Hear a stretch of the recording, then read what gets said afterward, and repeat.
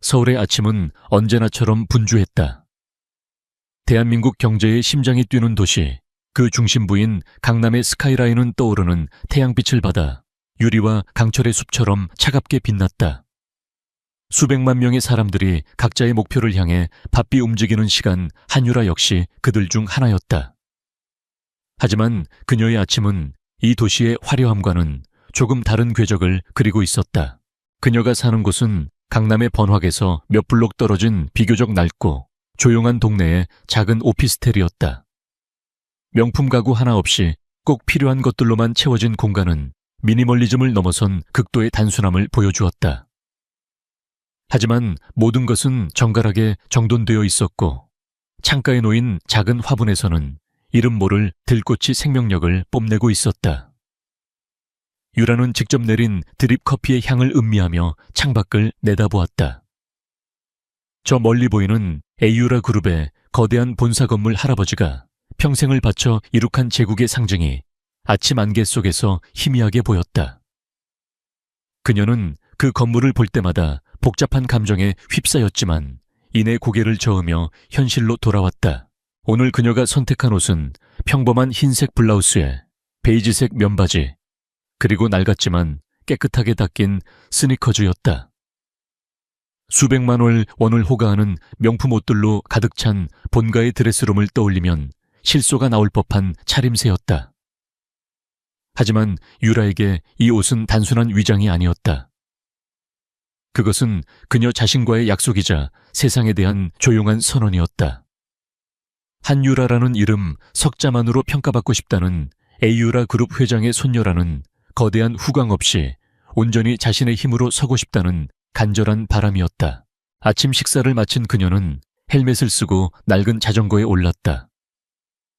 매일 아침 최고급 세단들이 즐비한 도로를 자전거로 가로지르는 것은 이제 그녀에게 익숙한 일상이었다. 어떤 이들은 그녀를 이상하게 쳐다보았고 어떤 이들은 무시했으며 또 어떤 이들은 경멸의 눈빛을 보내기도 했다. 유라는 그 모든 시선에 무감각했다. 오히려 그녀는 자동차의 두꺼운 유리창 너머로는 결코 볼 수 없는 도시의 생생한 표정들을 사랑했다. 길가의 작은 가게들, 바쁘게 출근하는 사람들 계절의 변화를 알리는 가로수의 색깔까지. 이 모든 것이 그녀에게는 살아있다는 증거이자 자신이 평범한 세상의 일부라는 안도감을 주었다. 그녀가 일하는 곳은 에이유라 그룹의 여러 계열사 중 하나인 패션 회사 위비드였다. 위비드는 트렌드를 선도하는 감각적인 디자인으로 젊은 층에게 폭발적인 인기를 끌고 있는 브랜드였다. 유라는 이곳 마케팅팀의 평사원이었다. 그녀가 에이유라 그룹에 숨겨진 후계자라는 사실을 아는 사람은 회사 내에 단 한 명도 없었다. 심지어 인사 기록에도 그녀의 가족 관계는 철저히 비밀에 붙여져 있었다. 사무실에 도착하자마자 화려하고 경쟁적인 분위기가 그녀를 맞았다. 직원들은 머리부터 발끝까지 최신 유행의 위비드 제품이나 고가의 명품으로 치장하고 있었다. 그들 사이에서 유라의 소박한 차림은 더욱 눈에 띄었다. 하지만 그녀는 개의치 않고 자신의 자리에 앉아 컴퓨터를 켰다. 그녀의 책상은 항상 서류와 데이터로 가득했지만 그 속에서도 어떤 규칙과 논리가 느껴졌다. 한유라 씨, 어제 부탁한 시장 분석 자료 다 됐어. 날카롭고 높은 목소리가 사무실의 소음을 뚫고 그녀에게 날아왔다. 목소리의 주인은 마케팅팀의 팀장 김민서였다. 그녀는 VAEV에 대해서 가장 주목받는 인물 중 하나였다. 빼어난 미모와 화려한 언변, 그리고 언제나 자신감 넘치는 태도로 무장한 그녀는 성공에 대한 야망으로 불타오르는 사람이었다. 그녀가 입고 있는 실크 블라우스와 완벽한 재단의 스커트는 이번 시즌 BBAD의 최고가 라인이었다. 그녀는 유라의 책상 앞에 서서 팔짱을 낀 채 마치 여왕이 하녀를 내려다보는 듯한 오만한 시선으로 유라를 훑었다. 네, 팀장님. 방금 이메일로 보내드렸습니다. 유라는 눈을 들어 민서를 똑바로 쳐다보며 차분하게 대답했다. 그녀의 목소리에는 어떤 감정의 동요도 없었다. 민서는 그 평온한 눈빛이 마음에 들지 않았다. 그녀는 유라가 자신 앞에서 주눅 들고 불안해하는 모습을 보고 싶었다. 가난하고 볼품없는 배경을 가진 사람이라면 의뢰 그래야 한다고 생각했다. 그래, 어디 한번 볼까? 민서는 자신의 자리로 돌아가 보란 듯이 노트북을 열었다. 그녀는 유라가 보낸 파일을 열어보며 미간을 찌푸렸다. 보고서는 흠잡을 데 없이 완벽했다. 방대한 데이터를 논리적으로 분석하고 핵심 인사이트를 정확하게 짚어냈으며 심지어 새로운 마케팅 전략에 대한 창의적인 제안까지 담겨 있었다. 민서는 자신도 미처 생각하지 못했던 부분까지 파고든 유라의 분석력에 순간적으로 질투심을 느꼈다. 하지만 그녀는 결코 그것을 인정할 수 없었다. 뭐 그냥 쓸만은 하네. 근데 다음부터는 좀 더 시각적으로 보기 좋게 만들어. 데이터만 나열한다고 다가 아니잖아. 감각이 부족해, 감각이. 칭찬 한마디 없이 그녀는 오히려 유라의 단점을 지적하며 파일을 닫아버렸다. 사무실의 몇몇 직원들이 힐끔거리며 그들의 대화를 엿들었다. 유라는 그저 알겠습니다. 다음엔 더 신경 쓰겠습니다. 라고 짧게 대답하고는 다시 자신의 업무에 집중했다. 그녀의 마음속에는 분노나 굴욕감 대신 차가운 분석이 자리 잡았다. 김민서 팀장은 자신의 능력에 대한 확신이 부족하다. 그래서 타인의 성과를 깎아내림으로써 자신의 위치를 확인하려 한다. 오후에 예정된 중요한 회의는 다음 시즌 캠페인 전략을 결정하는 자리였다. 사장과 본부장까지 참석하는 회의였기에 마케팅팀 전체에는 아침부터 팽팽한 긴장감이 감돌았다. 김민서는 이 회의를 자신의 능력을 과시할 절호의 기회로 여기고 있었다. 그녀는 며칠 밤을 새워 만든 프레젠테이션 자료를 몇 번이고 점검했다. 회의가 시작되고 민서는 자신감 넘치는 목소리로 발표를 시작했다. 그녀의 발표는 화려했다. 최신 마케팅 용어들을 현란하게 사용했고 시각적으로 아름다운 이미지들을 연달아 보여주었다. 하지만 그 내용은 기존의 성공 공식을 답습하는 안전하지만 창의성이 결여된 계획이었다. 발표를 듣는 임원들의 표정은 미묘했다. 나쁘지는 않지만 그렇다고 열광할 만한 새로운 것도 없다는 듯한 표정이었다. 발표가 끝나고 본부장이 입을 열었다. 김 팀장 수고했어. 안정적인 계획이군. 하지만 BIEVAD가 지금껏 시장을 선도해온 건 안정성 때문이 아니었어. 뭔가 판을 뒤흔들 만한 새로운 아이디어는 없나. 찬물을 끼얹은 듯한 본부장의 말에 회의실 분위기가 싸늘해졌다. 당황한 민서의 얼굴이 살짝 굳었다. 바로 그때였다. 조용히 회의를 지켜보던 유라가 조심스럽게 손을 들었다. 모든 시선이 그녀에게로 향했다. 민서는 감히 네가라는 듯한 경멸적인 눈빛으로 그녀를 쏘아보았다. 본부장이 말했다. 한유라 씨, 좋은 생각이라도 있나? 유라는 자리에서 일어나 침착하게 입을 열었다. 죄송합니다만 제가 생각한 다른 방향이 하나 있습니다. 그녀는 화려한 파워포인트 자료 없이 오직 논리와 데이터에 근거하여 자신의 아이디어를 설명하기 시작했다. 그녀의 제안은 파격적이었다. 기존의 주력 소비층인 20대를 넘어 구매력 있는 30대 커리어 우먼들을 새로운 타겟으로 설정하고 그들의 라이프 스타일을 파고드는 스토리텔링형 콘텐츠 마케팅을 전개하자는 것이었다. 인플루언서 마케팅에 막대한 비용을 쏟아붓는 대신 각 분야에서 전문성을 인정받는 여성 리더들과의 협업을 통해 브랜드의 진정성과 깊이를 더하자는 전략이었다. 데이터에 따르면 30대 여성들의 패션 소비는 더 이상 유행을 맹목적으로 따르지 않습니다. 그들은 자신의 가치와 철학을 표현하는 수단으로 옷을 선택합니다. BABD가 그들의 이야기에 귀 기울이고 그들의 삶을 응원하는 브랜드라는 인식을 심어준다면 우리는 일시적인 유행을 넘어 지속 가능한 충성 고객층을 확보할 수 있을 것입니다. 유라의 목소리는 차분했지만 그녀의 말에는 강한 설득력이 있었다. 복잡한 시장 동향을 꿰뚫는 통찰력과 소비자의 심리를 정확히 읽어내는 분석력이 빛을 발하는 순간이었다. 회의에 참석한 임원들의 눈빛이 달라지기 시작했다. 특히 사장은 흥미로운 표정으로 유라를 주시하고 있었다. 바로 그 순간 자신의 무대가 완전히 망가졌다고 느낀 민서가 끼어들었다. 그녀는 교양 있는 척 미소를 지었지만 그 목소리에는 날카로운 가시가 돋쳐 있었다. 한유라 씨 아주 흥미로운 아이디어네요. 하지만 좀 현실 감각이 떨어지는 거 아닌가요? 마치 대학생 과제 발표를 듣는 것 같네요. 회의실의 공기가 다시 한번 얼어붙었다. 민서는 유라를 향해 고개를 돌리며 말을 이었다. 그녀의 시선은 유라의 소박한 옷차림에 잠시 머물렀다.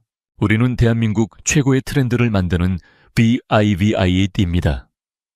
30대 여성들의 철학이니 가치니 하는 고리타분한 이야기는 우리 브랜드 이미지와 맞지 않아요. 그건 마치 동대문 시장에서 파는 옷의 명품의 가치를 논하는 것과 같죠. 한유라 씨가 우리 브랜드의 핵심 가치를 제대로 이해하고 있는지 의문이네요. 그것은 명백한 인신공격이었다. 아이디어 자체를 비판하는 것이 아니라 제안자의 외모와 배경을 억측하며 그녀의 자격을 문제 삼는 비열한 방식이었다. 몇몇 직원들이 민서의 말에 동조하듯 작게 웃었다. 유라는 모든 모욕을 정면으로 받아내면서도 조금도 흔들리지 않았다. 그녀의 평온한 표정 뒤에서 차가운 분노가 조용히 타오르기 시작했다. 하지만 지금은 감정을 드러낼 때가 아니었다. 유라는 민서의 눈을 똑바로 바라보며 이전보다 더욱 차분하고 단호한 목소리로 말했다. 팀장님, 저는 데이터에 근거해서 말씀드렸을 뿐입니다. 패션의 가치는 가격표나 화려함이 아닌 그것을 입는 사람의 자신감을 어떻게 끌어내주느냐에 있다고 생각합니다. 그리고 그 자신감은 팀장님께서 말씀하신 고리타분한 가치에서 비롯될 때가 많습니다. 팽팽한 긴장감이 회의실을 감쌌다. 신입에 가까운 평사원과 팀장의 정면 충돌이었다. 사장은 말없이 두 사람을 번갈아 쳐다볼 뿐이었다. 그는 이 갈등 속에서 두 사람의 본질을 보고 있었다. 한 명은 불안함과 시기심으로 가득 차 있었고 다른 한 명은 조용하지만 강한 확신과 내공을 품고 있었다. 결국 사장이 입을 열어 상황을 정리했다. 두 사람의 의견 모두 잘 들었어. 오늘은 여기까지 하지. 김 팀장과 한유라 씨는 각자의 아이디어를 좀 더 구체적인 기획안으로 만들어서 다음 주까지 제출하도록. 회의는 그렇게 애매하게 끝났다. 하지만 VBD 마케팅팀 내부에는 이미 보이지 않는 전쟁의 서막이 올랐다. 자리로 돌아온 민서는 분노로 얼굴이 벌겋게 달아올랐다. 감히 저런 별 볼 일 없는 애가 자신에게 맞서다니. 그녀는 유라를 완전히 짓밟아 버리기로 결심했다. 한편 유라는 자신의 모니터를 바라보며 깊은 생각에 잠겼다. 그녀는 조용한 삶을 원했지만 세상은 그녀를 가만히 내버려 두지 않을 모양이었다. 좋다. 그렇다면 피하지 않겠다. 그녀는 자신의 능력을 증명하고 동시에 김민서와 같은 사람들이 부당한 방식으로 다른 사람을 짓밟는 것을 더 이상 용납하지 않기로 마음먹었다. 첫 번째, 폭풍이 지나간 사무실 유라는 창밖으로 다시 한번 AU레이 그룹의 본사 건물을 바라보았다. 할아버지는 늘 말씀하셨다. 진정한 힘은 지위나 돈에서 나오는 것이 아니라 어떤 상황에서도 원칙을 지키는 용기에서 나온다. 이제 그 말을 증명해야 할 시간이 다가오고 있었다. 그날의 회의 이후 VBD 마케팅팀의 공기는 눈에 띄게 달라졌다. 평온한 수면 아래에 날카로운 얼음 조각들이 떠다니는 듯한 차갑고 아슬아슬한 긴장감이 사무실 전체를 짓눌렀다. 직원들은 김민서와 한유라의 눈치를 보며 조심스럽게 움직였고 수근거림은 탕비실과 복도 구석에서 그림자처럼 피어올랐다. 대부분의 직원들은 권력을 쥔 김민서의 편에 서는 것을 택했다. 그들은 유라를 노골적으로 무시하거나 그녀가 지나갈 때면 들으라는 듯이 비웃음을 흘렸다. 어디서 굴러 들어온지도 모르는 애가 너무 나대는 거 아니야. 팀장님 아이디어가 훨씬 현실적인데 말이야. 괜히 분란만 일으키고 유라는 그 모든 것을 들었지만 아무것도 듣지 못한 척 행동했다. 그녀는 외부의 소음에 자신의 내면을 흔들리게 둘 만큼 어리석지 않았다. 그녀에게 지금 중요한 것은 사장이 내준 과제, 즉 자신의 아이디어를 완벽한 기획안으로 증명해 보이는 것뿐이었다. 하지만 김민서는 유라가 조용히 자신의 무기를 갈고 닦을 시간을 줄 생각이 전혀 없었다. 그녀는 권력이라는 이름의 칼을 휘두르기 시작했다. 회의 다음 날 아침 민서는 팀원 전체에게 이메일을 보냈다. 팀의 업무 효율성을 높인다는 명목 아래 모든 업무를 자신이 직접 재분배하겠다는 내용이었다.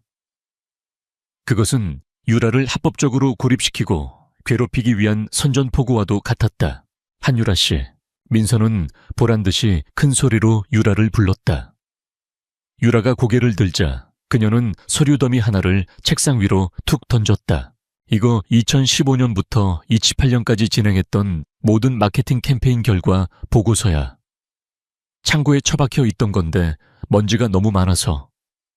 오늘 중으로 전부 스캔해서 연도별 시즌별로 폴더 정리해서 서버에 올려놔. 그것은 누가 봐도 불합리한 짓이었다. 이미 전산화된 자료가 있을 것이 분명한 수천 장은 좋게 넘어 보이는 낡은 종이 뭉치였다.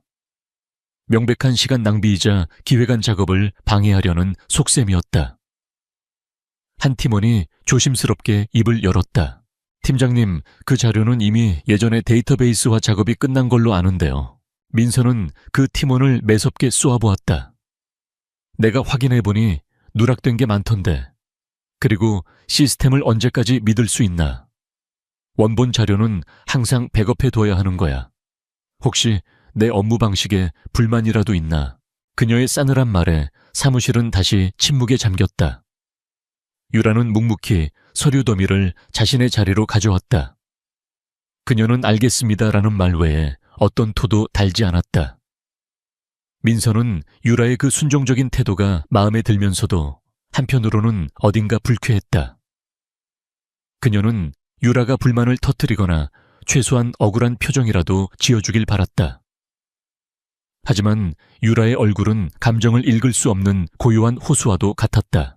유라는 기계처럼 스캔 작업을 시작했다. 무의미해 보이는 반복 작업 속에서 그녀의 머리는 그 어느 때보다 차갑고 빠르게 회전하고 있었다. 그녀는 이것이 단순한 괴롭힘이 아니라는 것을 알았다. 이것은 김민서라는 인물을 파악할 수 있는 기회였다. 그녀는 스캔하는 모든 보고서의 내용을 꼼꼼히 읽었다.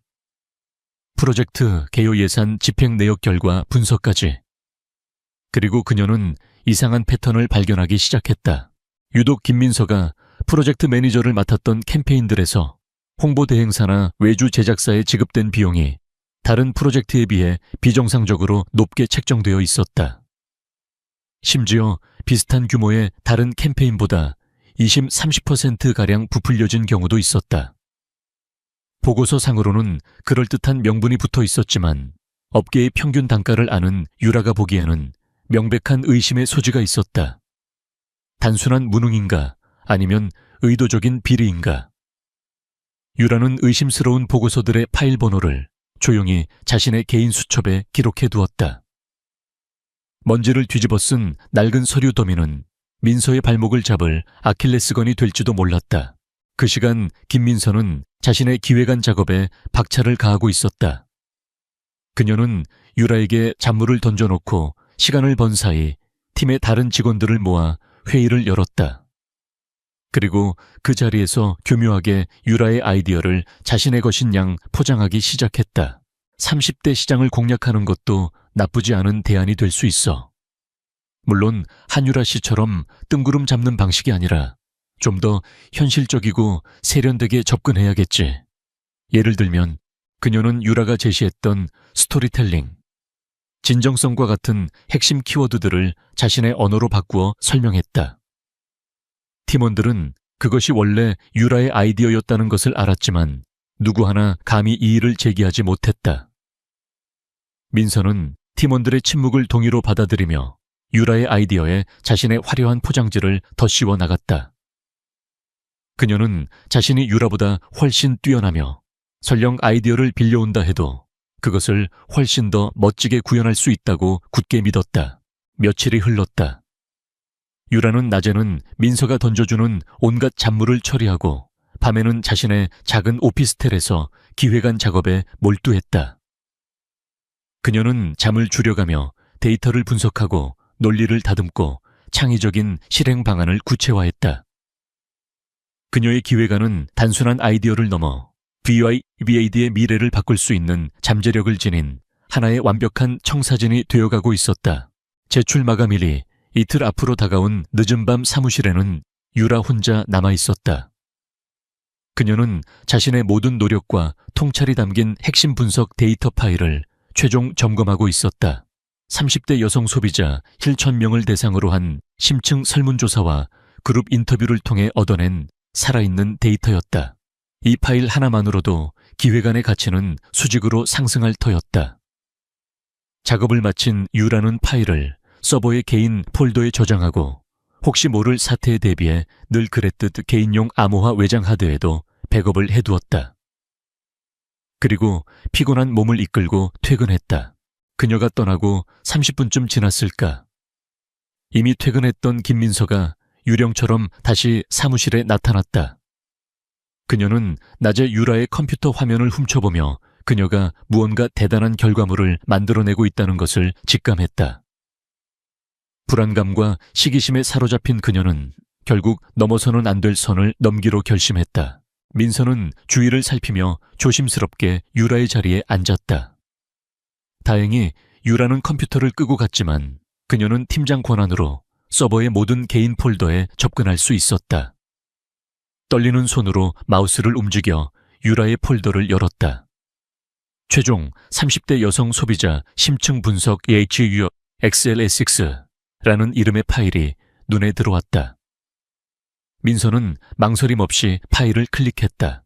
파일이 열리는 순간 그녀는 숨을 삼켰다. 그것은 그녀의 예상을 훨씬 뛰어넘는 수준의 보고서였다. 정교한 데이터 분석, 날카로운 통찰 소비자의 목소리가 생생하게 담겨있는 인용문까지. 이 자료가 유라의 기획안에 첨부되는 순간 자신의 기획안은 초라한 낙서처럼 보일 것이 분명했다. 안 돼. 이렇게 될 순 없어. 민서의 머릿속에서 이성과 공포가 뒤엉켰다. 이 파일을 없애야만 했다. 그녀는 마우스 커서를 파일 위로 가져가 오른쪽 버튼을 클릭했다. 삭제라는 단어가 차갑게 빛나고 있었다. 그녀는 잠시 망설였다. 하지만 곧 한유라의 그 평온하고 자신감 넘치는 얼굴이 떠올랐다.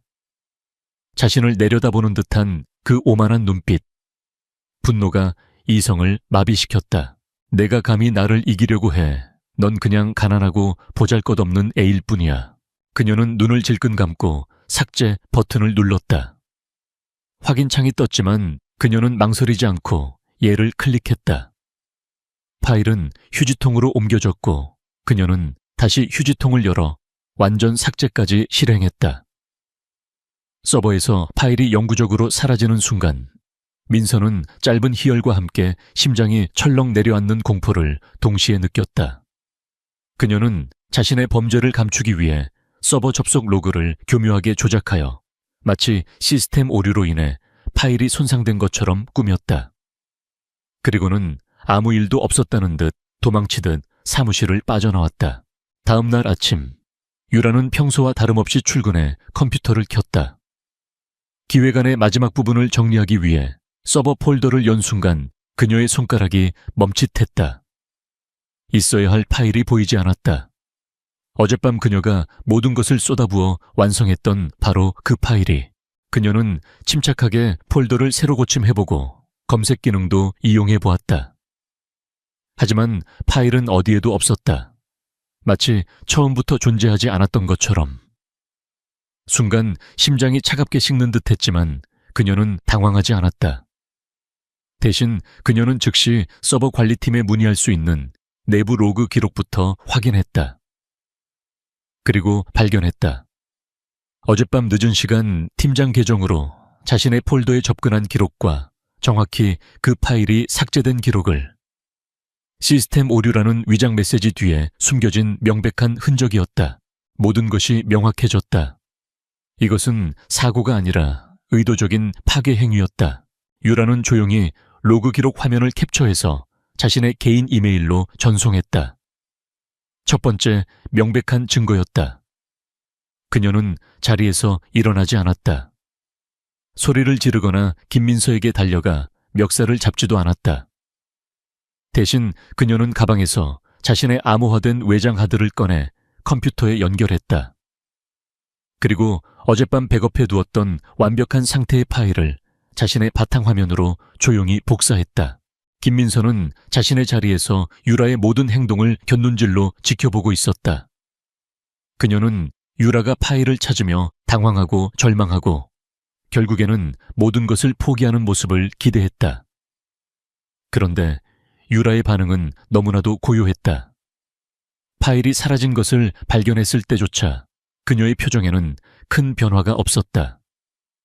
지금은 그저 멍하니 모니터를 바라보고 있는 것처럼 보였다. 그래, 이제 포기했겠지. 저런 애가 무슨 백업의 중요성을 알겠어. 민서는 속으로 승리의 미소를 지었다. 이제 한유라는 빈 껍데기뿐인 기획안을 내거나 마감일을 지키지 못해 무능한 직원으로 낙인 찍히게 될 것이다. 그녀는 완벽한 승리를 거두었다고 확신했다. 하지만 그녀는 몰랐다. 유라의 그 무서운 침묵이 무엇을 의미하는지를. 그것은 포기가 아니라 반격을 위한 냉정한 기다림의 시작이었다. 유라는 이제 확신했다. 김민서는 단순히 비열한 상사가 아니라 범죄 행위도 서슴지 않는 위험한 인물이라는 것을. 그녀를 끌어내리기 위해서는 더 이상 회사 내부의 규칙만으로는 부족했다. 더 확실하고 더 치명적인 증거가 필요했다. 유라는 복사해둔 파일을 다시 한번 확인하고는 아무 일도 없었다는 듯이 키보드를 두드리기 시작했다. 그녀의 침묵은 폭풍 전야의 고요함처럼 사무실 안을 섬뜩하게 맴돌았다. 김민서는 자신의 발밑에 거대한 함정이 파이고 있다는 사실을 까맣게 모른 채 승리감에 도취되어 있었다. 마감일 아침 한유라와 김민서는 각자의 기획안을 제출했다. 김민서의 기획안은 화려한 디자인과 현란한 수사로 가득 차 있었다. 그녀는 유렉에서 훔친 핵심 아이디어를 그럴듯하게 포장하여 마치 자신이 처음부터 생각해낸 것처럼 완벽하게 녹여냈다. 하지만 그 속을 자세히 들여다보면 아이디어를 뒷받침할 구체적인 데이터나 깊이 있는 분석이 현저히 부족했다. 그것은 잘 만들어진 빈 껍데기와 같았다. 반면 한유라의 기획안은 외형적으로는 소박했다. 불필요한 디자인 요소는 모두 배제하고 오직 논리와 팩트에만 집중했다. 그녀는 김민서가 자신의 핵심 데이터 파일을 삭제했으리라 확신했기에 굳이 그 자료를 다시 기획안에 포함시키지 않았다. 지금 그것을 꺼내봤자 김민서가 어떻게든 또 다른 함정을 파고들 것이 분명했다. 대신 그녀는 공개된 시장 데이터와 거시적 트렌드 분석만으로도 자신의 주장이 얼마나 타당한지를 증명해 보였다. 그녀의 기획안은 겉보기에는 무기가 빠진 것처럼 보였지만 그 뼈대는 누구도 반박할 수 없을 만큼 견고하고 단단했다. 김민서는 유라의 기획안을 훔쳐보고는 안도의 한숨을 내쉬었다. 역시나 그 대단해 보이던 데이터 분석 자료는 빠져 있었다. 결국 마감일에 쫓겨 제대로 완성하지 못했거나 데이터가 사라진 것에 절망해서 포기했겠지. 그녀는 이제 자신이 완벽하게 승리했다고 생각했다. 하지만 그녀의 불안감은 완전히 사라지지 않았다. 유라의 기획안이 가진 단단한 논리가 마음에 걸렸다. 만약 사장이나 본부장이 자신의 기획안의 허술함을 눈치채고 유라의 논리적인 뼈대에 더 높은 점수를 준다면 그녀는 그런 만에 하나의 가능성조차 용납할 수 없었다. 한유라라는 존재를 이번 기회에 아예 뿌리 뽑아 버려야 했다. 경쟁에서 이기는 것만으로는 부족했다. 그녀를 회사에서 완전히 매장시켜야 했다. 며칠간의 고민 끝에 그녀는 상상 이상으로 대담하고 악랄한 계획을 세웠다. 그녀는 먼저 자신의 화려한 기획안을 바탕으로 의도적으로 몇 군데 치명적인 오류를 포함시킨 미끼용 기획안을 만들었다. 예산을 과도하게 부풀리고 현실성 없는 실행 계획을 집어넣어 만약 이 계획이 경쟁사 손에 들어간다면 VIVAD의 다음 시즌 전략에 큰 혼란을 줄 수 있도록 설계했다. 다음 단계는 이 기획안을 유라가 유출한 것처럼 꾸미는 것이었다. 그녀는 주말을 이용해 사람이 붐비는 카페에 공용 와이파이를 사용하여 완벽한 익명의 이메일 계정을 생성했다. 그리고 그 이메일 주소로 경쟁사인 제피르 제페르의 한 실무자에게 미끼용 기획안 파일을 보냈다. 물론 메일 내의 내용은 마치 내부 고발자인 것처럼 위장했다. 가장 중요한 마지막 단계는 유라의 컴퓨터에 증거를 심는 것이었다. 월요일 새벽 모두가 잠든 시간에 그녀는 다시 한번 사무실에 잠입했다. 팀장 권한을 이용해 유라의 컴퓨터에 원격으로 접속한 그녀는 자신이 만들었던 미끼용 기획안 파일을 유라의 컴퓨터 임시 폴더에 몰래 저장했다. 심지어 파일의 생성 날짜와 수정 날짜까지 조작하여 마치 유라가 직접 만든 것처럼 보이게 했다. 그리고 가장 결정적인 증거. 그녀는 유라의 아웃룩을 실행시켜 임시 보관함에 새로운 메일을 하나 만들었다. 받는 사람은 자신이 만들었던 익명의 이메일 주소 첨부 파일은 바로 그 미끼용 기획안이었다. 그녀는 메일을 보내지는 않고 그대로 임시 보관함에 저장해 두었다. 누가 보더라도 유라가 정보를 유출하려다가 마지막 순간에 망설였거나 혹은 메일을 보낸 후 증거를 어설프게 지우려다 실패한 것처럼 보일 완벽한 함정이었다. 모든 작업을 마친 그녀는 자신의 흔적을 깨끗이 지우고 유령처럼 사라졌다. 운명의 날은 이틀 뒤에 찾아왔다. 업계 관련 가십을 다루는 익명의 커뮤니티에 VVD의 다음 시즌 캠페인 기획안 유출이라는 자극적인 제목의 글이 올라왔다. 경쟁사인 제피르 내부에서 VIVID의 기획안으로 보이는 문건이 돌고 있다는 내용이었다. 소문은 순식간에 퍼져나갔고 회사는 발칵 뒤집혔다. 즉시 비상체제가 선포되고 보안팀과 인사팀이 공동으로 내부 조사에 착수했다. 사무실에는 살얼음판 같은 긴장감이 흘렀다. 김민서는 마치 자신은 아무것도 모른다는 듯 걱정스러운 표정으로 팀원들을 다독이는 연기를 펼쳤다. 정말 말도 안 되는 일이야. 우리 팀원 중에 설마 그런 배신자가 있겠어 하지만 혹시 모르니 우리 모두 조결백을 증명하기 위해서라도 조사에 성실히 협조해야 해. 조사는 마케팅팀 전 직원의 컴퓨터를 대상으로 이루어졌다. 그리고 예상대로 유라의 컴퓨터에서 결정적인 증거들이 발견되었다. 임시 폴더에 저장된 기획안 파일과 임시 보관함에 남아있는 발송 직전의 이메일. 보안팀장은 딱딱한 얼굴로 증거들을 수집했고 유라는 즉시 임원 회의실로 소환되었다. 회의실에는 인사팀장, 보안팀장, 그리고 박 본부장이 앉아 있었다. 김민서 또한 팀장의 자격으로 배석했다. 그녀는 유라를 향해 믿을 수 없다는 듯 실망과 슬픔이 뒤섞인 표정을 짓고 있었다. 그 위선적인 연기는 소름이 돋을 정도였다. 보안팀장이 조사 결과를 보고했다. 한유라 씨의 컴퓨터에서 유출된 것으로 추정되는 기획안 파일 원본과 이를 외부로 보내려 한 정황이 담긴 이메일이 발견되었습니다. 정황상 내부 정보 유출 혐의가 매우 짙습니다. 모든 시선이 유라에게 쏠렸다. 그녀는 거대한 덫에 완벽하게 걸려든 사냥감과도 같았다. 하지만 그녀의 눈빛은 조금도 흔들리지 않았다. 그녀는 침착하게 하지만 단호하게 입을 열었다. 저는 그 이메일을 작성한 적이 없습니다. 그 파일 또한 제가 만든 것이 아닙니다. 누군가 의도적으로 조작한 증거입니다. 그녀의 항변은 공허한 메아리처럼 회의실에 울렸다. 인사팀장이 한숨을 쉬며 말했다. 한유라 씨, 우리도 이러고 싶지 않네. 하지만 증거가 너무나 명백해. 혹시 제출한 기획안이 채택되지 않을까봐 홧김에 이런 일을 저지른 건가? 바로 그 순간 김민서가 결정타를 날렸다. 그녀는 슬픔에 잠긴 목소리로 마치 피해자인 것처럼 연기했다. 본부장님, 저는 유라 씨를 믿었습니다. 재능은 있지만 아직 경험이 부족하다고 생각해서 더 이끌어 주려고 했는데 어떻게 회사에 이런 배신을 할 수가 있죠? 자신의 기획안에 자신이 없어서 이런 극단적인 선택을 했다는 것이 너무나 충격적이고 실망스럽습니다. 그녀는 손으로 얼굴을 감싸며 어깨를 떨기까지 했다. 완벽한 연기였다. 그 누구도 그녀의 말을 의심하지 않았다. 모든 상황이 유라에게 불리하게 돌아가고 있었다. 박 본부장은 깊은 실망감이 담긴 눈으로 유라를 바라보며 최종 결정을 내렸다. 한유라 씨, 회사로서는 더 이상 당신을 신뢰할 수 없소.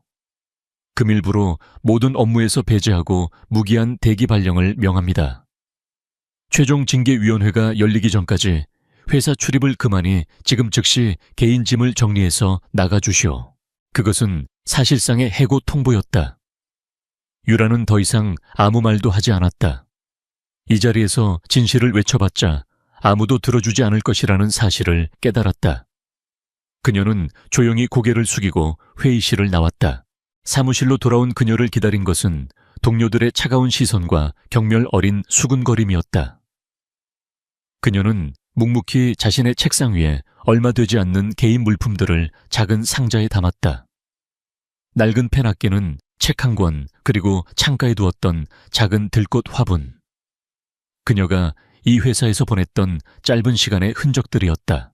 보안팀 직원의 감시 아래 그녀는 상자를 들고 사무실을 나섰다. 아무도 그녀에게 작별 인사를 하지 않았다. 그녀가 지나가는 길은 마치 홍해가 갈라지듯 열렸고 그 뒤로는 비난의 화살들이 날아와 박혔다. 한때 그녀의 일터였던 그곳은 이제 그녀를 범죄자로 낙인 찍은 거대한 감옥처럼 느껴졌다. 위비드의 화려한 유리문을 등지고 밖으로 나왔을 때 눈부신 서울의 햇살이 그녀의 얼굴 위로 쏟아졌다. 그녀는 잠시 그 자리에 서서 거대한 건물을 올려다보았다. 마음 한구석에서 깊은 절망감이 차올랐다. 부당함, 억울함, 그리고 혼자라는 외로움이 파도처럼 그녀를 덮쳤다. 눈물이 핑 돌았지만 그녀는 입술을 굳게 깨물며 참아냈다. 이대로 무너질 수는 없었다. 이것은 단순히 직장을 잃는 문제가 아니었다. 그녀의 신념과 원칙, 그리고 그녀 자신에 대한 모독이었다. 김민서는 그녀의 능력을 짓밟는 것을 넘어 그녀의 인격까지 파괴하려 했다. 그렇다면 더 이상 물러설 곳은 없었다. 유라는 잠시 정처 없이 걷다가 한적한 공원 벤치에 앉았다. 그녀는 상자에서 작은 화분을 꺼내 무릎 위에 올려놓았다. 척박한 환경에서도 꿋꿋하게 피어난 작은 꽃이 마치 자신처럼 보였다. 한참 동안 화분을 바라보던 그녀는 마침내 결심한 듯 휴대폰을 꺼내 들었다. 그녀가 찾은 연락처는 가족이나 친구가 아니었다. 아저씨라고 저장된 단 하나의 번호였다. AULA 그룹의 보안을 총괄하는 할아버지의 가장 충직한 신복인 이진석 실장이었다. 유라는 망설임 없이 통화 버튼을 눌렀다. 신호음이 몇 번 울린 후 중후하고 믿음직한 목소리가 들려왔다. 아가씨, 무슨 일입니까? 유라는 깊게 숨을 들이마신 후 이전과는 비교할 수 없을 만큼 차갑고 단단한 목소리로 말했다. 아저씨, 저 유라예요. 도움이 필요해요. 그녀의 눈빛은 더 이상 절망에 빠진 피해자의 눈빛이 아니었다. 모든 것을 되돌려 놓기 위해 거대한 싸움을 준비하는 전사의 눈빛으로 변해 있었다. 어둠에 심연 가장 깊은 곳까지 떠밀려 내려간 후에야 그녀는 비로소 자신이 가진 진정한 힘을 사용하기로 결심했다. 서울의 불빛이 하나둘씩 꺼져가는 깊은 밤. 한남동의 한적한 골목에 위치한 고급 한정식집 울림 윤린. 이곳은 정재계의 거물들이 은밀한 회동을 위해 즐겨 찾는 곳으로 철저한 보안과 비밀 보장으로 유명했다. 한유라는 안내를 받아 가장 안쪽에 있는 별채의 방으로 들어섰다. 방 안에는 50대 중반의 한 남자가 정좌를 하고 앉아 그녀를 기다리고 있었다. 그의 이름은 이진석. 에이유라 그룹의 보안 총괄 실장이자 30년 넘게 할아버지의 곁을 지켜온 가장 충직한 사람이었다. 군 특수부대 출신인 그의 몸에서는 칼날처럼 날카롭고 단단한 기운이 뿜어져 나왔지만 유라를 바라보는 그의 눈빛만은 언제나 따뜻했다. 그는 유라가 태어났을 때부터 그녀를 지켜봐 온 삼촌이자 보호자와 같은 존재였다. 아가씨 오셨습니까? 이진석은 자리에서 일어나 깍듯하게 허리를 숙였다. 아저씨, 갑자기 연락해서 미안해요. 유라는 그의 맞은편에 앉았다. 그녀의 얼굴에는 더 이상 억울함이나 슬픔의 기색이 없었다. 대신 차가운 결의와 강철 같은 의지가 서려 있었다. 유라는 자신이 VIVID에 입사한 첫날부터 오늘 회사에서 쫓겨나기까지의 모든 일을 담담하게 설명했다. 감정적인 호소는 일절 배제하고 마치 사건 보고서를 읽듯 육하원칙에 따라 객관적인 사실만을 나열했다. 김민서의 첫 만행부터 데이터 삭제 사건, 그리고 마지막 정직 처분의 근거가 된 조작된 증거들까지. 그녀는 자신이 그동안 몰래 수집해온 증거들을 테이블 위에 올려놓았다. 김민서의 과거 프로젝트, 예산 분석 자료와 데이터 삭제, 당시의 서버 로그 캡처 화면이었다. 이진석은 말없이 모든 것을 들었다. 유라의 이야기가 길어질수록 그의 표정은 점점 더 굳어졌다. 그의 온화했던 눈빛은 이내 얼음장처럼 차가워졌다. 모든 이야기를 들은 후 그는 한동안 침묵을 지켰다. 방 안에는 무거운 정적만이 흘렀다. 마침내 그가 입을 열었을 때 그의 목소리는 분노로 낮게 가라앉아 있었다. 감히 누가 아가씨께 이런 짓을 용서할 수 없습니다. 그는 즉시 회장 즉 유라의 할아버지에게 모든 사실을 보고하고 에이유레이 그룹의 법무팀과 감사팀을 총동원하여 VIVID를 발칵 뒤집어 놓겠다고 말했다. 당장 내일 아침 김민서라는 여자는 산업 스파이 및 무고 혐의로 경찰에 긴급 체포될 것이라고 했다. 하지만 유라는 조용히 고개를 저었다. 아니요, 아저씨. 그렇게는 안 돼요. 이진석은 의아한 표정으로 그녀를 바라보았다. 그게 무슨 말씀이십니까? 이렇게 명백한 범죄를 눈감아 주실 수는 없습니다. 눈감아 주자는 게 아니에요. 제 방식대로 끝내고 싶어요. 유라의 눈빛이 날카롭게 빛났다. 만약 지금 할아버지의 힘을 빌리면 사람들은 제가 단지 에이유라 그룹의 손녀이기 때문에 이겼다고 생각할 거예요. 김민서가 저지른 죄의 대가는 치르게 해야죠. 하지만 그 전에 그녀가 그토록 자랑스러워하는 능력과 자존심을 제 손으로 직접 무너뜨리고 싶어요. 제가 쫓겨났던 바로 그 무대 위에서요. 그것은 피해자의 복수가 아니었다. 자신의 가치를 증명하기 위한 한 전략가의 선전포고였다. 이진석은 유라의 눈에서 어린 시절과는 비교할 수 없는 강인한 의지를 읽었다. 그는 더 이상 유라를 지켜줘야 할 어린 아가씨로 대해서는 안 된다는 것을 깨달았다. 그녀는 이미 에이유라 그룹을 이끌어갈 후계자의 자질을 갖춘 냉철한 승부사였다. 알겠습니다. 아가씨의 뜻대로 하겠습니다. 제가 무엇을 하면 되겠습니까? 이진석은 자신의 역할을 충직한 조력자로 재설정했다. 김민서라는 사람 머리부터 발끝까지 모든 것을 조사해 주세요. 그녀의 과거, 학력, 경력, 재산 주변 인물까지, 먼지 한 톨까지 전부 다 털어주세요. 그날 이후 에이유라 그룹의 최정예 정보팀이 비밀리에 움직이기 시작했다. 그들은 국가정보기관에 버금가는 능력과 자원을 가진 전문가들이었다. 김민서는 자신이 대한민국에서 가장 강력한 현미경 아래에 놓였다는 사실을, 꿈에도 모른 채 유라를 제거했다는 승리감에 취해 있었다. 조사는 신속하고 은밀하게 이루어졌다. 결과는 예상보다 훨씬 더 충격적이었다. 이진석은 며칠 후 두툼한 조사 보고서를 들고 유라가 임시로 머물고 있는 한 호텔 스위트룸을 찾았다. 아가씨, 상상 이상입니다. 그가 내민 보고서의 첫 장에는 김민서의 이력서와 실제 기록을 비교한 표가 있었다. 첫째, 학력 위조. 그녀가 이력서에 기재한 미국의 명문 디자인 스쿨 졸업장은 완벽한 위조품이었다. 실제로는 1학년을 다니다가 성적 미달로 중퇴했다는 기록이 발견되었다. 둘째, 경력 부풀리기. 그녀는 이전 직장에서 몇몇 성공적인 프로젝트를 이끌었다고 했지만 사실은 대부분 다른 동료의 공을 가로채거나 실패한 프로젝트를 성공한 것처럼 포장한 것이었다. 심지어 마지막 직장에서는 불투명한 경비 처리와 동료들과의 잦은 마찰로 인해 사실상 권고사직을 당했다는 사실도 드러났다. 그리고 마지막 가장 결정적인 증거가 나왔다.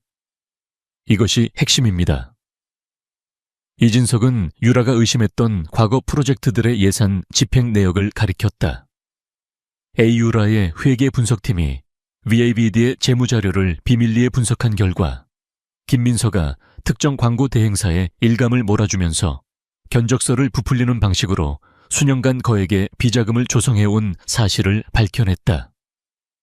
그 광고 대행사의 대표는 놀랍게도 김민서의 친오빠가 내세운 유령 회사의 사장이었다. 이것은 단순한 비리를 넘어 명백한 횡령 및 배임죄에 해당하는 중범죄였다. 모든 증거를 확인한 유라의 표정은 차갑게 굳어 있었다. 그녀의 손에는 이제 김민서의 숨통을 단번에 끊어버릴 수 있는 날카로운 칼이 여러 자루 쥐어져 있었다. 이진석이 물었다. 이제 어떻게 하시겠습니까? 이 자료들을 검찰에 넘기면 그녀는 최소 10년은 감옥에서 보내게 될 겁니다. 유라는 잠시 창밖을 내다보며 생각에 잠겼다.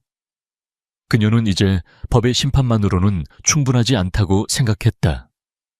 김민서는 자신의 거짓된 능력과 화려한 겉모습으로 다른 사람들을 짓밟고 그 위에 군림해왔다. 그렇다면 그녀가 가장 고통스러워할 벌은 그녀가 쌓아 올린 모든 것이 한낱 거짓과 허상이었음을 만천에 공개하고 그녀가 가장 경멸했던 사람의 손에 의해 무너지는 모습을 직접 목격하게 하는 것이었다. 아저씨, VABAD의 다음 시즌 캠페인 최종 프레젠테이션이 언제죠? 다음 주 금요일입니다. 이번 정보 유출 소동 때문에 박 본부장이 김민서 팀장의 기획안을 단독으로 최종 후보에 올렸다고 합니다. 잘 됐네요. 유라의 입가에 차가운 미소가 걸렸다. 완벽한 무대가 만들어졌다. 그 프레젠테이션을 최대한 큰 판으로 만들어주세요. 사장 본부장은 물론이고 A유라 그룹 본사의 핵심 임원 몇 명도 특별 참관인 자격으로 참석할 수 있도록요. 그리고 업계에서 가장 영향력 있는 패션 저널리스트나 평론가들도 초청했으면 좋겠어요. VABD의 투명하고 혁신적인 미래를 보여준다는 명분으로요. 이진석은 즉시 유라의 의도를 파악했다. 그녀는 김민서가 가장 화려한 스포트라이트를 받는 순간 가장 깊은 나락으로 떨어뜨릴 계획이었다. 관객이 많을수록 추락의 고통은 더욱 클 터였다. 알겠습니다. 제가 그렇게 만들겠습니다. 그리고 아가씨의 복직 문제는 어떻게 할까요? 아니요. 그럴 필요 없어요. 저는 그날 초대받지 않은 손님으로 등장할 생각이니까요. 모든 계획이 세워졌다. 유라는 더 이상 쫓겨난 비운의 희생양이 아니었다. 그녀는 거대한 방역의 서막을 올리는 총사령관이었다. 그녀의 손에 들린 두툼한 보고서는 김민서의 죄악을 기록한 판결문과도 같았다. 이제 남은 것은 심판의 날에 그것을 온 세상에 낭독하는 일뿐이었다.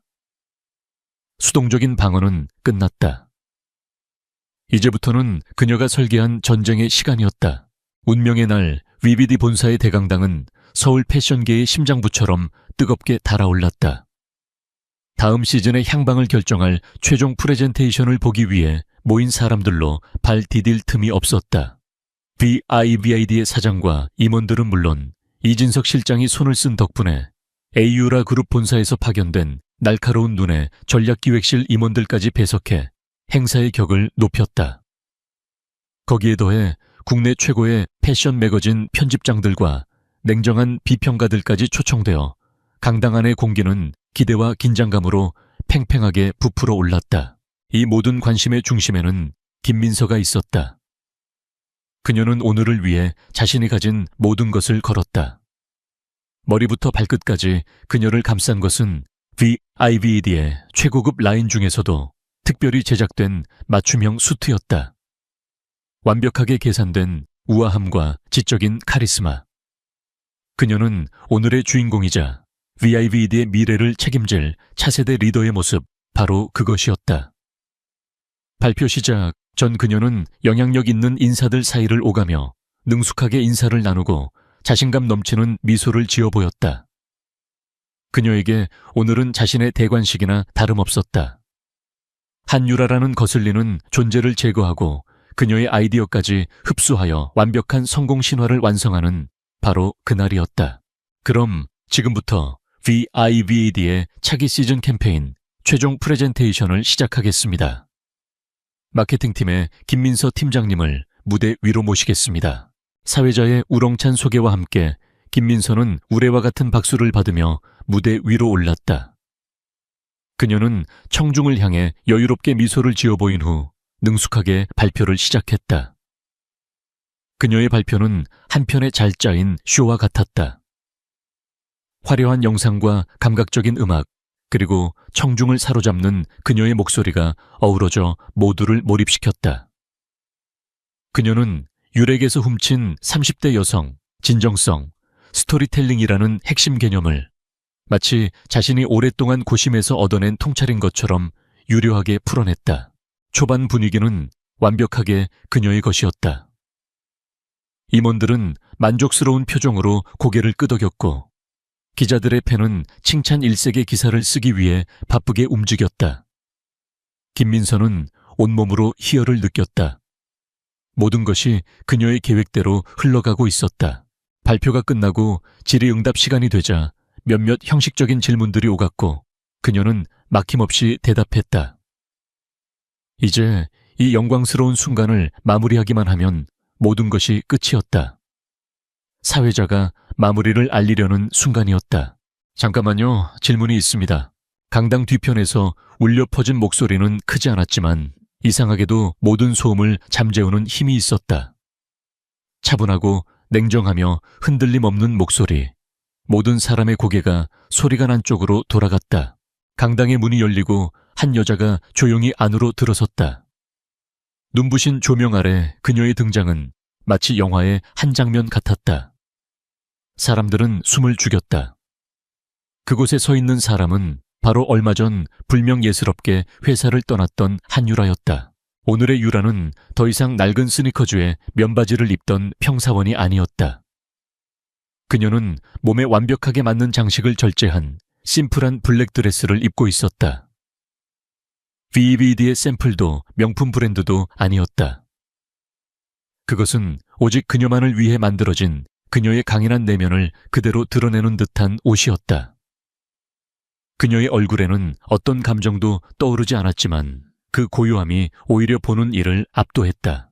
강당은 술렁이기 시작했다. 김민서의 얼굴은 충격과 분노로 새하얗게 질렸다. 박 본부장을 비롯한 VVD의 임원들은 당혹감을 감추지 못했다. 보안 요원들이 그녀를 막기 위해 급히 움직였다. 하지만 그들이 유렉에 닿기 전 귀빈석에 앉아있던 이진석 실장이 조용히 손을 들어 그들을 제지했다. 괜찮습니다. 들어오게 하시오. 저분은 오늘 이 자리에 꼭 필요한 분입니다.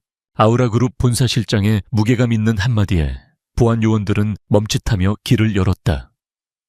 유라는 그 누구의 시선에도 아랑곳하지 않고 또각거리는 구두 소리와 함께 무대 앞으로 걸어 나왔다.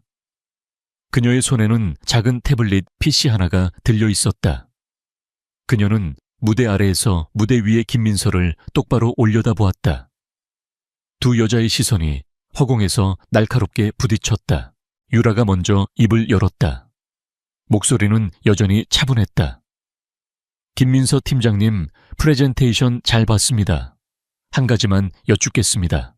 그녀는 태블릿 화면을 가볍게 터치하며 질문을 던졌다. 발표 자료 35페이지에 제시된 30대 여성 타겟의 예상 구매 전환율 3.2%라는 수치에 대해 질문드립니다. 이 수치를 도출해낸 구체적인 데이터 분석 모델과 핵심 변수에 대해 설명해 주실 수 있겠습니까? 그것은 지극히 전문적이고 기술적인 질문이었지만 김민서의 심장을 꿰뚫는 비수와도 같았다. 그 숫자는 그녀가 유라의 보고서에서 본 그럴듯한 결과값만 그대로 가져온 것이었을 뿐 그 복잡한 도출 과정에 대해서는 전혀 이해하지 못하고 있었다. 유라가 일부러 심어놓은 논리적 함정이었다. 김민서는 순간 당황했지만 애써 침착한 척하며 둘러대기 시작했다.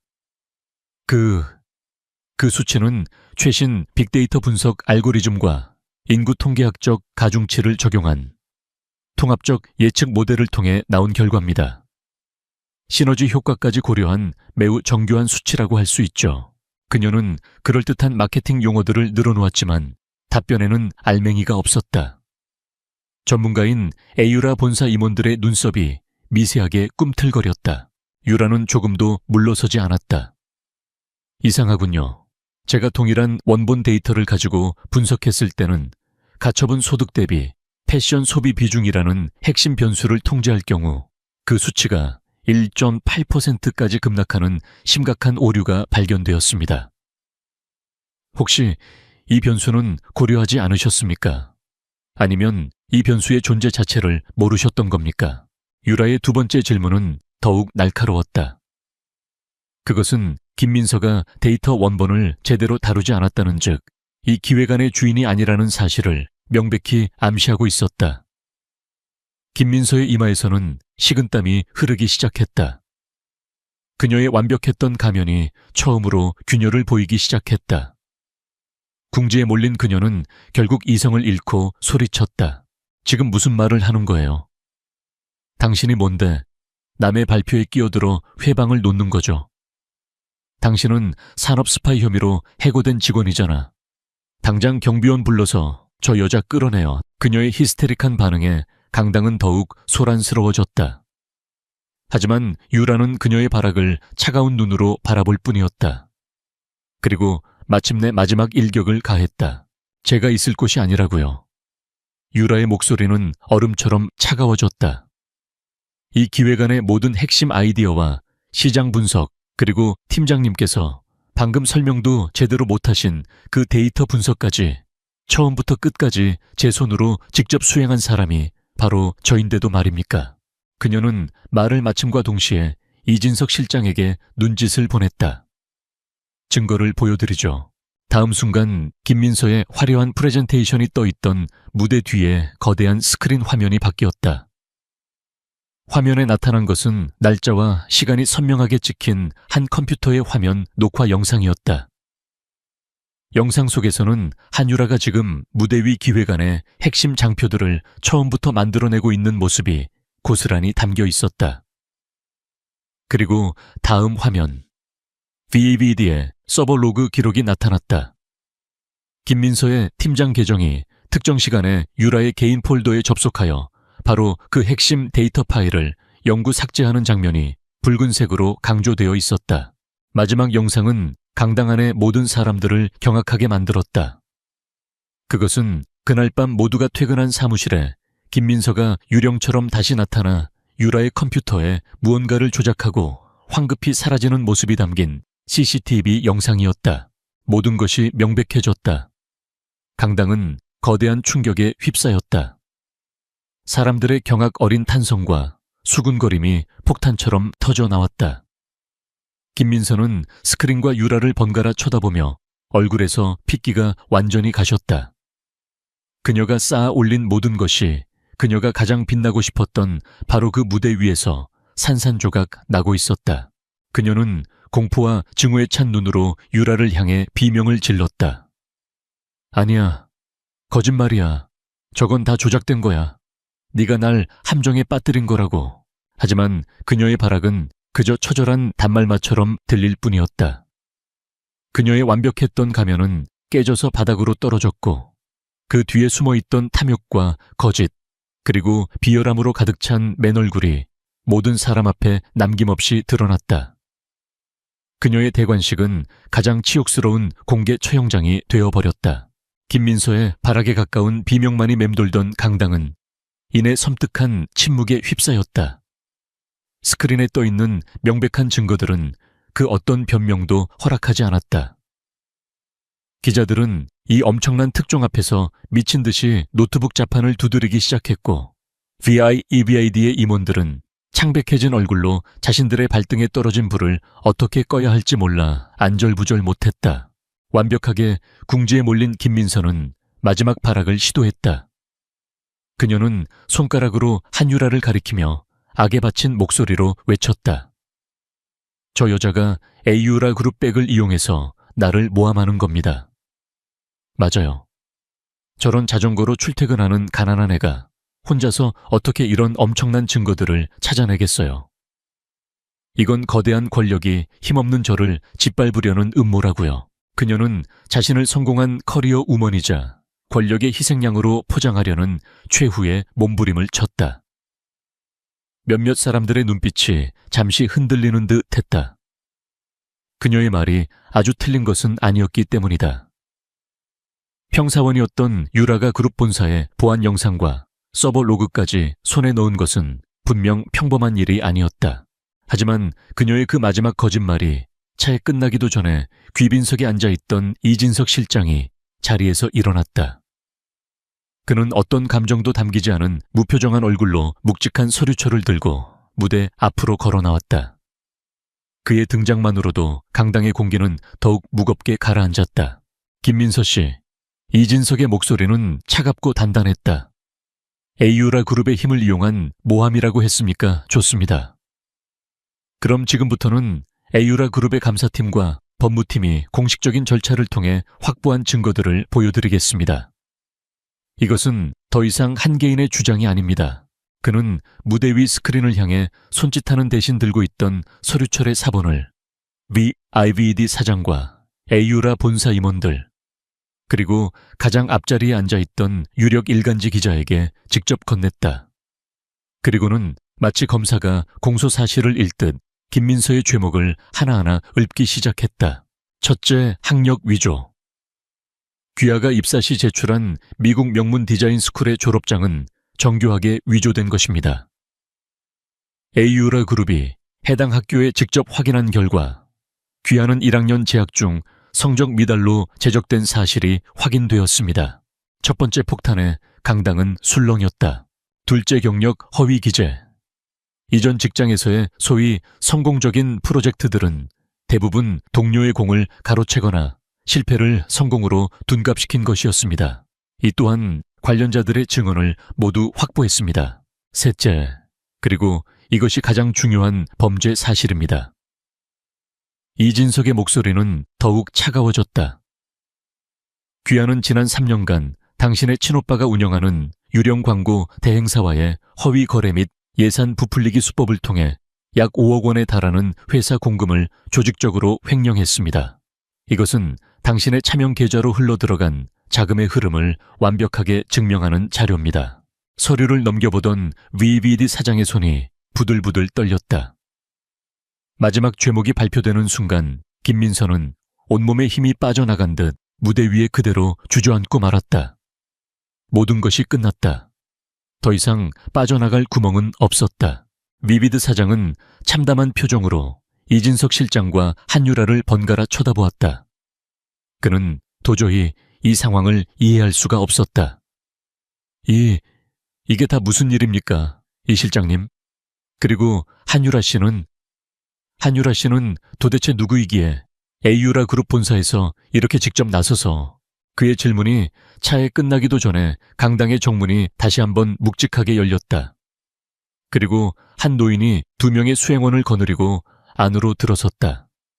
희끗희끗한 머리하지만 곧게 편 허리와 형형한 눈빛. 대한민국 경제계의 살아있는 전설 AURA 그룹의 한창호 회장이었다.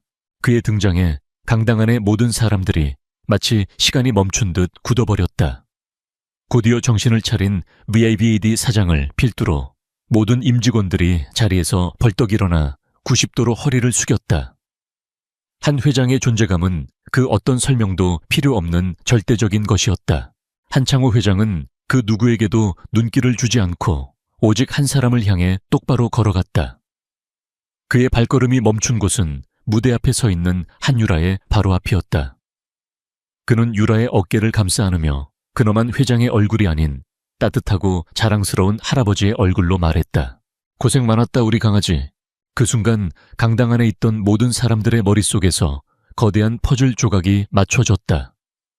강아지. 설마. 한창호 회장은 주저앉아 있는 김민서와 경악한 임원들을 향해 마치 세상에 공표하듯 말했다. 감히 내 손녀딸에게 이런 짓을 한 자가 누구인가? 손녀딸. 그 한마디는 천둥과도 같았다. 자전거를 타고 다니던 가난한 직원 모두가 무시하고 멸시했던 한유라가 대한민국을 움직이는 에이유라 제국의 유일한 후계자였다는 사실.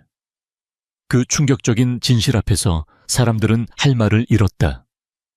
특히 유라를 괴롭히는 데 동조했던 몇몇 팀원들은 사색이 되어 그 자리에 얼어붙었다. 유라가 작은 목소리로 말했다. 할아버지 여긴 어떻게, 내 손녀가 홀로 벌이는 전쟁인데 이 할아비가 구경이라도 와야 하지 않겠느냐. 아주 잘 싸웠다. 자랑스럽구나.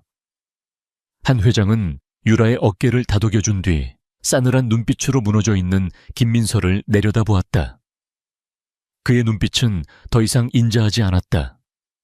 그것은 자신의 영역을 침범한 자를 향한 냉혹한 포식자의 눈빛이었다. 그는 비비드 사장에게 고개를 돌렸다. 김 사장, 비비드는 아우라의 얼굴이야. 저런 쓰레기가 우리 얼굴에 똥칠을 하도록 내버려둔 책임을 져야 할 걸세.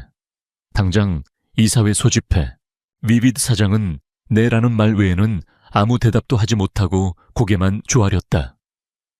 마지막으로 한 회장은 이진석 실장에게 명령했다. 이 실장, 경찰에 연락하게. 횡령 배임, 사문서 위조, 무고 업무 방해. 적용할 수 있는 모든 죄목을 다 적용해서 저 여자가 대한민국 법이 허용하는 가장 무거운 벌을 받게 만들어. 단 한 치의 자비도 베풀지 마. 이진석 실장이 고개를 숙이자 강당 밖에서 대기하고 있던 사복경찰 2명이 안으로 들어왔다. 그들은 흐느끼고 있는 김민서에게 다가가 미란다 원칙을 고지한 후 그녀의 손에 차가운 수갑을 채웠다. 절컥, 텅 빈 강당에 울려 퍼지는 수갑 소리는 김민서의 거짓된 인생에 내려진 마지막 마침표와도 같았다. 그녀는 경찰들에게 질질 끌려 나가면서 마지막으로 유라를 돌아보았다. 그녀의 눈에는 증오와 불신, 그리고 아주 희미한 애원이 뒤섞여 있었다. 유라는 그 눈을 피하지 않았다. 어떤 승리감이나 동정심도 없는 그저 차갑고 무감정한 눈으로 그녀를 마주 볼 뿐이었다. 그것이 당신이 받아야 할 마땅한 대가라고 말하는 듯 했다. 김민서가 강당 밖으로 끌려나가는 순간 기다렸다는 듯 기자들의 카메라 플래시가 무자비하게 터져 나왔다. 거짓으로 쌓아 올린 그녀의 화려한 성은 가장 굴욕적인 방식으로 완전히 무너져 내렸다. 진실은 밝혀졌고 정의는 집행되었다. 한유라는 할아버지의 곁에 서서 자신의 인생을 뒤흔들었던 한 시대가 저물어가는 것을 조용히 지켜보고 있었다. 한창호 회장의 폭탄 선언과 김민서의 처참한 퇴장 이후 VIVAD 대강당은 거대한 태풍이 휩쓸고 지나간 듯한 충격과 혼돈에 휩싸였다. 임직원들은 여전히 눈앞에서 벌어진 비현실적인 광경을 소화하지 못한 채 멍하니 서 있었다. 그들의 시선은 이제 단 한 사람 조용히 할아버지의 곁에 서 있는 한유라에게로 향했다. 그 시선 속에는 경애와 두려움, 그리고 지난날 자신들의 어리석었던 행동에 대한 깊은 후회가 뒤섞여 있었다. 상황이 정리되자 박 본부장을 비롯한 VIVAD의 임원들이 사색이 된 얼굴로 한 회장과 유라 앞으로 다가와 머리를 조아렸다. 회장님, 죽을 죄를 지었습니다. 저희가 사람을 제대로 알아보지 못하고 아가씨께 큰 결례를 범했습니다. 정말 죄송합니다. 어떤 처벌이라도 달게 받겠습니다. 한창호 회장은 그들을 향해 싸늘한 눈빛을 한번 보냈을 뿐 입을 열지 않았다. 대신 그는 유라를 바라보며 말했다. 이 회사에 대한 모든 처분은 이제부터 내 손녀가 직접 결정할 것이다. 토다는 놈들은 전부 내 손으로 잘라낼 줄 알아라. 그것은 VVD의 실질적인 주인이 바뀌었음을 알리는 거역할 수 없는 선언이었다. 유라는 졸지에 자신을 내쫓았던 상사들의 운명을 결정할 수 있는 절대적인 권력을 손에 쥐게 되었다. 며칠 후 서울의 스카이라인이 한눈에 내려다 보이는 에이유라 그룹 본사 최상층 한창호 회장의 집무실. 유라는 할아버지와 단둘이 마주 앉아 있었다. 창밖으로 보이는 도시의 풍경은 마치 그녀의 발 아래에 놓인 거대한 왕국처럼 보였다. 이제 만족하느냐 한 회장이 따뜻한 미소를 지으며 물었다. 네가 처음 그 낡은 자전거를 끌고 집을 나가겠다고 했을 때 사실 이 할애비는 걱정이 많았다. 온실 속 화초 같던 네가 거친 세상에 나가 상처만 입을까 봐서. 하지만 내 생각이 틀렸구나. 시련은 너를 더 단단하고 아름다운 강철로 만들어 주었다. 그는 진심으로 자랑스러워했다.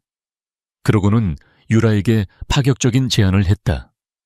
에이유레이 그룹 본사의 최연소 상무이사직, 그룹의 핵심인 미래 전략을 총괄하는 자리이자 사실상 후계자로서의 첫 공식 행보를 시작하라는 의미였다. VAVID에서 겪은 일은 값진 경험이었으니 이제 그만 본래의 자리로 돌아와 더 큰 그림을 그리라는 것이었다. 누구라도 거부할 수 없는 매력적인 제안이었다. 하지만 유라는 잠시의 망설임도 없이 조용히 고개를 저었다. 할아버지 정말 감사한 제안이지만 받을 수 없어요. 어째서냐. 저는 VIVID에서 제 일을 마무리하고 싶어요. 저는 김민서라는 개인을 이긴 게 아니에요. 그녀가 상징하는 부조리하고 낡은 방식에 맞서 싸운 거죠. 이제 겨우 그 첫걸음을 뗐을 뿐이에요. 제가 쫓겨나면서까지 증명하고 싶었던 비전, 제 손으로 직접 VIVID에 실현시키고 싶어요. 그녀의 목소리는 단호했다. 그녀는 에이유레 그룹의 손녀라는 이름으로 주어진 왕좌를 원하지 않았다. 스스로의 힘으로 얻어낸 VVD의 전략가 한유라라는 이름으로 자신이 싸웠던 바로 그 전쟁터에서 새로운 역사를 쓰고 싶었다. 그것이 그녀가 선택한 길이었다. 한창호 회장은 그녀의 대답을 듣고 잠시 말이 없었다. 그는 실망한 것이 아니었다. 오히려 자신의 젊은 시절을 보는 듯한 손녀의 당돌함과 신념에 더 큰 감동을 받았다. 맨주먹으로 에이유라라는 제국을 건설했던 자신처럼 유라 역시 자신만의 방식으로 자신의 왕국을 건설하려 하고 있었다. 좋다. 그게 네 뜻이라면 이 할애비는 무조건 널 믿고 지지하마. VAVD의 모든 것을 내게 맡기겠다. 네가 원하는 대로 네 방식대로 한번 마음껏 펼쳐 보이거라. 그로부터 2주 후 VAVD는 거대한 변화의 소용돌이 속에 있었다. 사장은 이번 사태에 대한 책임을 지고 물러났으며 박 본부장은 한직으로 좌천되었다. 유라를 음해하는 데 앞장섰던 몇몇 팀원들은 권고 사직 처리되었다. 그리고 한유라는 신임 전략기획실장이라는 새로운 직함으로 회사에 돌아왔다. 낙하산 인사가 아니었다. 그녀가 피와 땀으로 쟁취한 모두가 인정할 수밖에 없는 자리였다. 그녀는 자신이 쫓겨났던 바로 그 대강당에 다시 섰다. 하지만 이번에는 청중의 자리에서 새로운 리더로서 직원들 앞에 섰다. 안녕하십니까. 새로 전략기획실장을 맡게 된 한유라입니다. 그녀는 과거의 일에 대해 길게 이야기하지 않았다. 대신 VVD가 나아갈 미래에 대해 이야기했다. 그녀가 처음 회의에서 발표했던 하지만 묵살당했던 바로 그 비전이었다. 진정성을 바탕으로 고객과 소통하고 배경이 아닌 실력으로 평가받는 투명한 조직 문화를 만들고 모두가 자부심을 느끼며 일할 수 있는 회사를 만들겠다는 그녀의 연설에 직원들의 눈빛은 다시 빛나기 시작했다. 절망과 불신으로 가득 찼던 회사에 새로운 희망의 바람이 불고 있었다. 연설이 끝나고 그녀는 새로운 사무실로 향했다. 실장이라는 직함에 걸맞은 넓은 공간이었지만 그녀는 예전처럼 꼭 필요한 가구 외에는 아무것도 들여놓지 않았다. 다만 한 가지 그녀가 직접 들고 온 작은 상자에서 예전에 자신의 책상을 지키던 들꽃 화분을 꺼내 창가 가장 햇볕이 잘 드는 곳에 놓아주었다. 유라는 창밖으로 분주하게 움직이는 서울의 거리를 내려다보았다. 더 이상 저 멀리 보이는 에이유레이 본사 건물에 얽매이지 않았다. 그녀의 시선은 지금 그녀가 발을 딛고 서 있는 이곳 BIVAD가 있는 이 거리를 향해 있었다. 그녀는 자신의 자리에 앉아 깨끗한 보고서에 첫 장을 펼쳤다. 비비드 차기 시즌 캠페인 뉴 스트래티지. 그녀는 잠시 눈을 감았다가 이내 평온한 미소를 띠며 펜을 들었다. 이제부터가 진짜 시작이었다. 자전거를 타고 출근하던 가난한 위장도 억울한 누명을 쓴 피해자의 역할도 모두 끝났다. 오직 그녀의 이름 한유라 석자로. 그녀는 자신의 길을 자신의 방식으로 걸어갈 준비를 마쳤다. 거대한 폭풍이 지나간 자리에 고요하지만 그 무엇보다 찬란한 새 시대의 여명이 밝아오고 있었다.